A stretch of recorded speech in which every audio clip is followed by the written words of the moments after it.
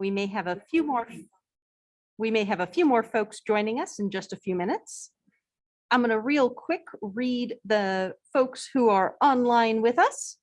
There is no one in the conference room but me, so I'm in the conference room. Okay, online as I have Jacob Matson, Ayana Poleta Brooks, Andrew Gunning, Chris Welch, Jared Crutch, John Leosatos, Katie Helm, Kevin Storms, Rick Coffin, and Victoria Chavez. So thank you all for joining us today. We very much are glad you're here with us. Now, let's kick off the meeting. So I'd like to call us to order. Public comments. Do we have any public comments? We did not receive any in advance, but is there anyone on the Zoom?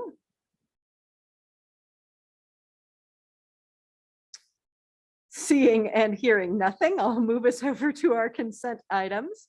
That is your agenda.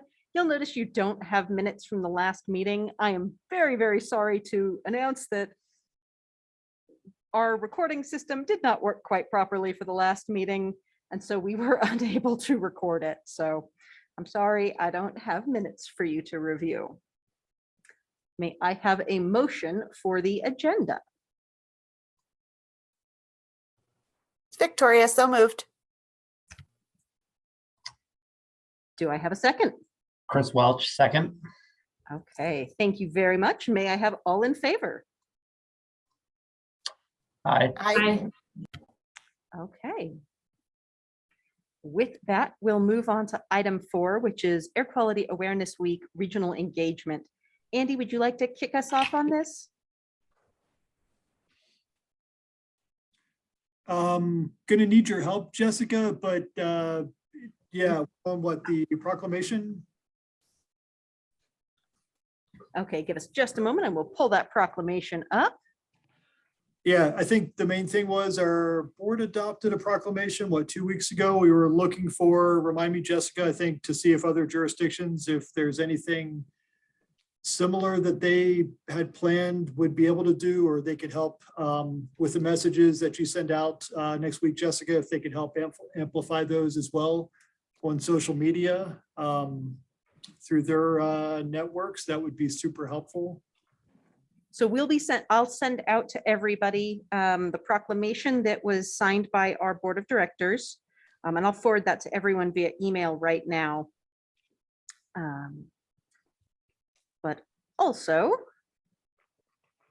I will share with everyone the social media guide and tools that we're using. So let me forward that proclamation on to you. Andy, would you like me to read that off to everyone? I don't know that we need to read it in great detail. Just basically captures why we're raising awareness around air quality issues. Do you want to mention what the themes are? I think we heard about that a little bit last month with the CDP presentation, but if you want to remind the group what the main themes are for this year, that would be good. So they pick, as always, EPA decides on 5 different focuses that they're going to do each day. EPA's focuses this year are Monday the 2nd is wildfires and smoke. Tuesday the 3rd is asthma and your health. Wednesday the 4th is citizen science and sensors. Thursday the 5th is environmental justice and air quality. And Friday the 6th is air quality around the world.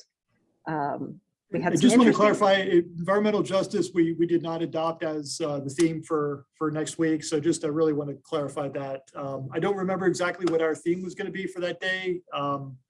Air quality in the Pikes Peak region Thank you. Yes. Is what our board members have asked us to focus on. The themes I just read to you are the EPA's ones, not the ones that we'll be focusing on, which is why we'll share what we're going to do with everyone. We had some great discussions at our board meeting where they were very engaged.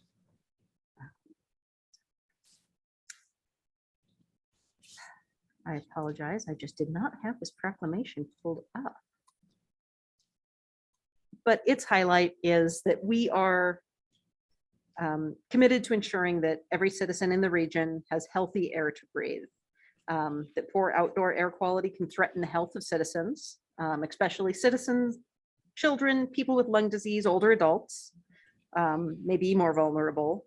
And PPACG is crafting assertive strategies to reduce air pollution by empowering and motivating residents across the region to help in reducing harmful air pollutants.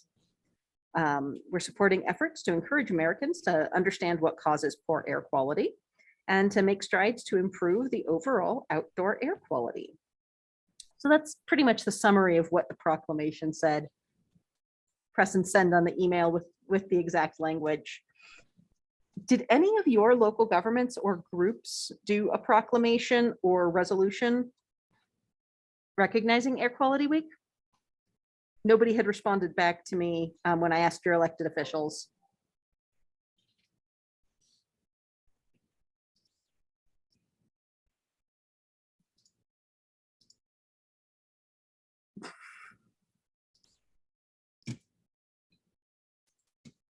I'm gonna guess that from that response, none of the other local governments may have done it, or at least not the ones on the call. So I think part of the discussion is how do we, and you specifically as Air Quality Technical Committee members, want us to help ensure regional engagement in Air Quality Awareness Week? What can we do to support you? What can you do to help spread the word? What are we all going to be doing? Does anybody already have plans in place?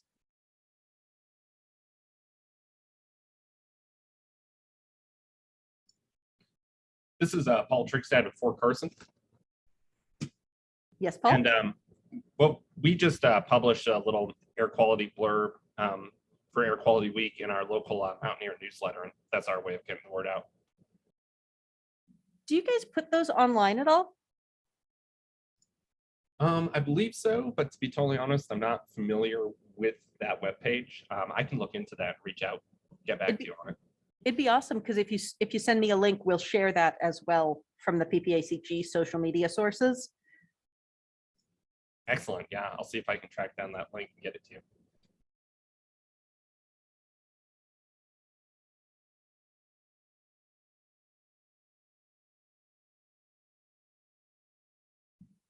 Rick, I don't know how much you've been super involved in the planning for the CDPHE air pollution planning. Another member of your office has been engaged with us and shared their social media plan with us. But is there anything you want to share about what Sure, the yeah. state is doing? Yeah, thanks, Jessica. I believe that the governor is going to issue a proclamation as well.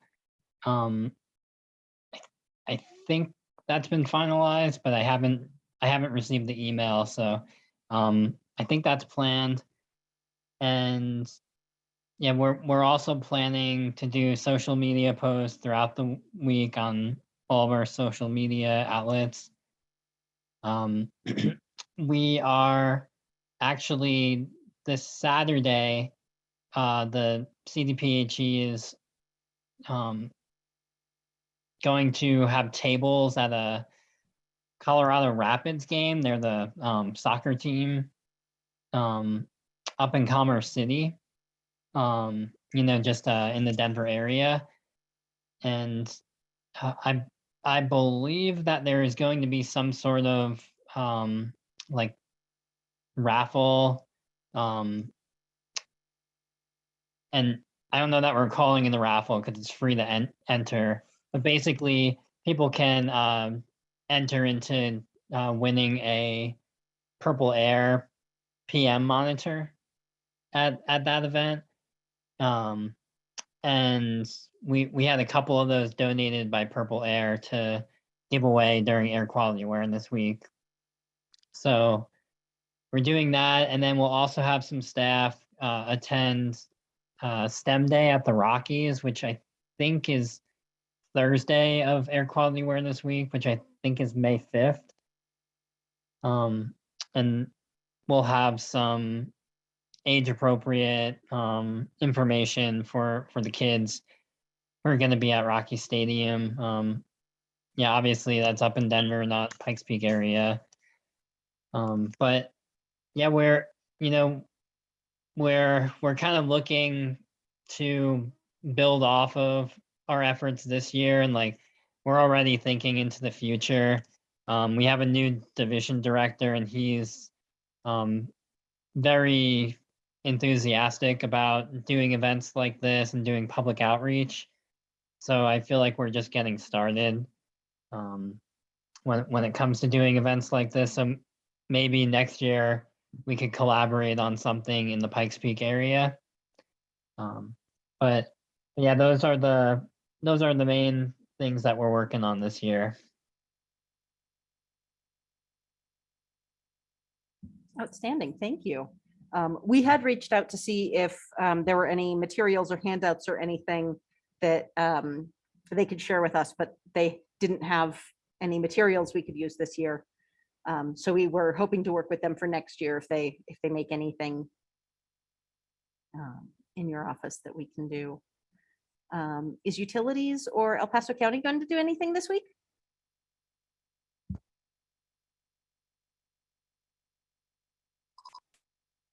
Hey, Jessica, Chris Welch, Colorado Springs Utilities. I'll have to circle up with our communications folks to see what, if any, plans that they've got at the moment related to Air Quality Awareness Week. I know it's probably been a couple years since Ram had participated in a video that PPACG had kind of gotten some local leaders involved with. I think that was kind of a success. And I think we'll always pass along information, whether it's materials or social media sort of information that agencies like PPACG might already be posting to our communications folks in the event that they feel like it's appropriate messaging to repost or also post themselves, etc. So I think, like you all, we we appreciate the ability to leverage existing materials, posts, etc.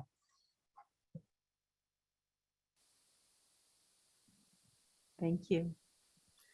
Jessica, I'll admit I have not followed up with our PIO to see what they're doing. The Public Health Department may be planning something, but I would have to check in with Marla on that. But one of the things that would really help us is to have, those actual materials that we can give directly to our PIOs. And then they quite honestly need at least 3 weeks to a month to really work that into the schedule, because this is construction season and there's so much going on for our DPW. It takes us a while to get those messages into the system. So any advanced information well before it's needed to go out would be really appreciated. Definitely. This is Katie Helm with the City of Fountain. I already dropped this in the chat, but it's definitely easy for us to share the pre-existing content that's going to be in the social media toolkit. So I can definitely share that in our Facebook next week. Outstanding, thank you.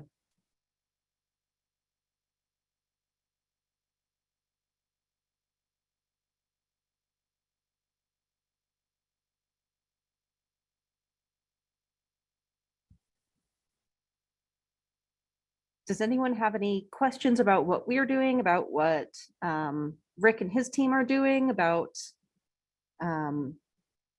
any of the others? When I send out the link with the information that we're going to be sharing per day, I'll also send out CDPHE's plan and a link to EPA's, because they're all doing it and have as predicted, that special tag and hashtag for folks to follow and stay aware of Air Quality Awareness Week 2022.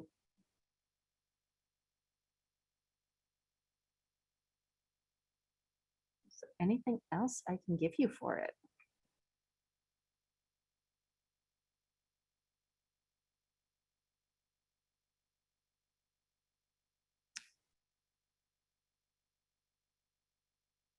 Andy, do you want to add anything else?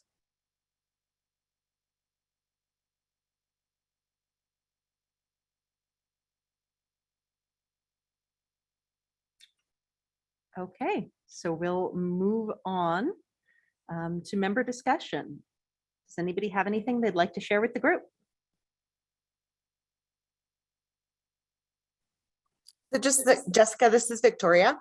Mhm. One of the things that the county right now is really working on is working with PPACG and the greenhouse gas rules that are going on. As John, who's probably sitting in this meeting, knows, I've been very aware of the rules that are being proposed, and we're working to try and find a way to make those doable. A little bit of concern about our ability to build new roads under those rules, and we're looking for ways to figure out how we can incorporate electrification, but also to have that benefit our transportation system in terms of credits against the reduction rule. So that's one of the things we're really focused on right now. Thank you.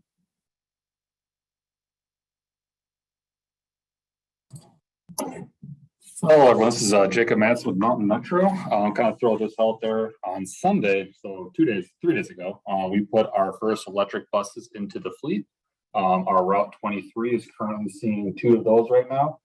And we're hoping to get them on additional buses on other routes in upcoming weeks. But that's kind of a little bit of exciting news out of here. That's kind of gone down in the last couple days.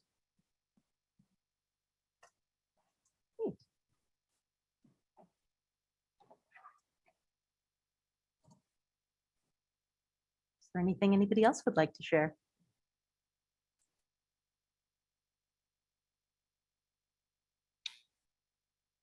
Okay. So items for future air quality technical committee meetings. This is where I'm going to ask you, are there any things that you guys are interested in hearing about next month or the following month? As we approach, next month is the beginning of really ozone and high pollution months. I'm going to reach out to Rick and ask Rick to help give us a little bit of an update each month on what's happening. But from my board members, what are you guys interested in hearing about, or would like more information on, or would like this group to discuss? This is Paul Trickstad from Fort Carson again. Mhm. Something I've been thinking about a lot recently with all the wind we've been getting is the amount of PM that's blowing off of particularly disturbed land sites, and also just the mountains and surrounding terrain. So I've just been trying to think and would love to hear more options and opinions about mitigation methods for that, or advice to communities about trying to avoid harmful PM exposure. Okay. Put that down for discussion and see if we can dig out some information from others who have already done some work on that, see what we can share.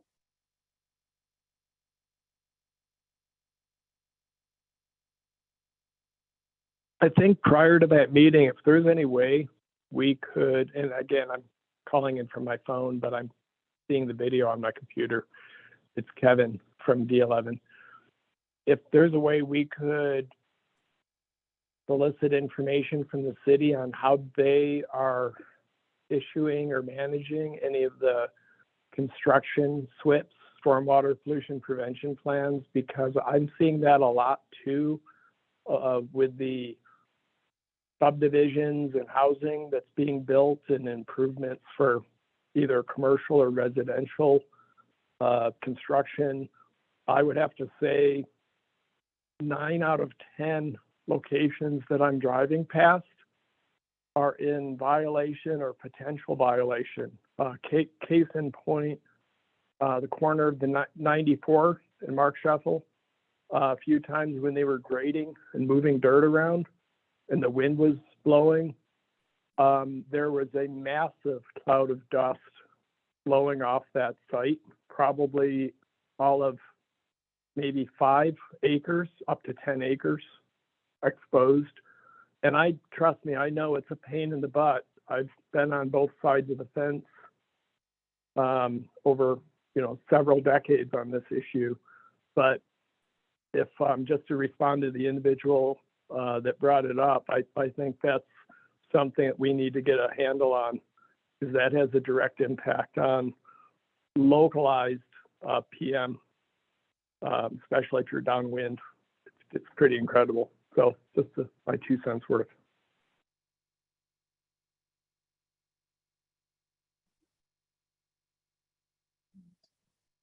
We'll put out the call and see if we can get some information on that. Is there anything else anyone is Thank you. interested in us hearing about, or talking about?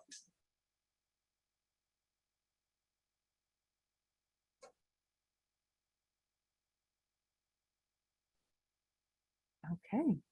You guys are keeping this quick and easy for us. We're going to move on to item 7, the PPACG meeting and event schedule. Our next committee meeting is scheduled for May the 25th at 1 o'clock. Just like this one, it will be hybrid if folks are interested in being in person, but we will always maintain this Zoom option to make life easy for everyone.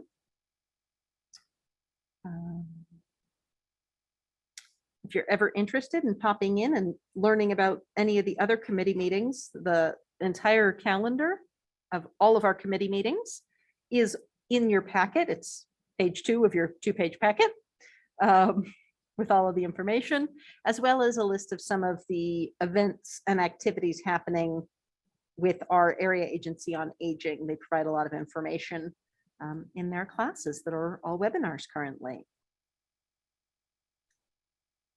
Does anyone have anything else they would like to add? Well, I have a question on those meetings. How can we find if Zoom is an option to listen in or watch those?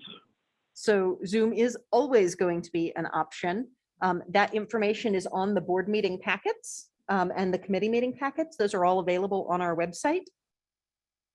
Or you can always just ask to be added as an interested party to the email listings. So Very you'll good, get thank the you. notices with the meeting materials, but also just go to the websites, the PPACG website, and look up that committee and its meeting materials will have the Zoom links for each meeting. Awesome. Thank you. You're welcome.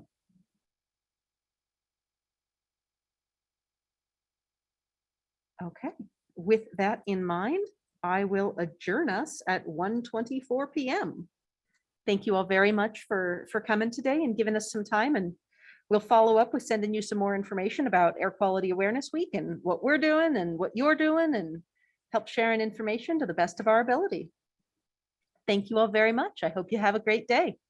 Thank you. Thank you. Thank you. Thanks, everyone.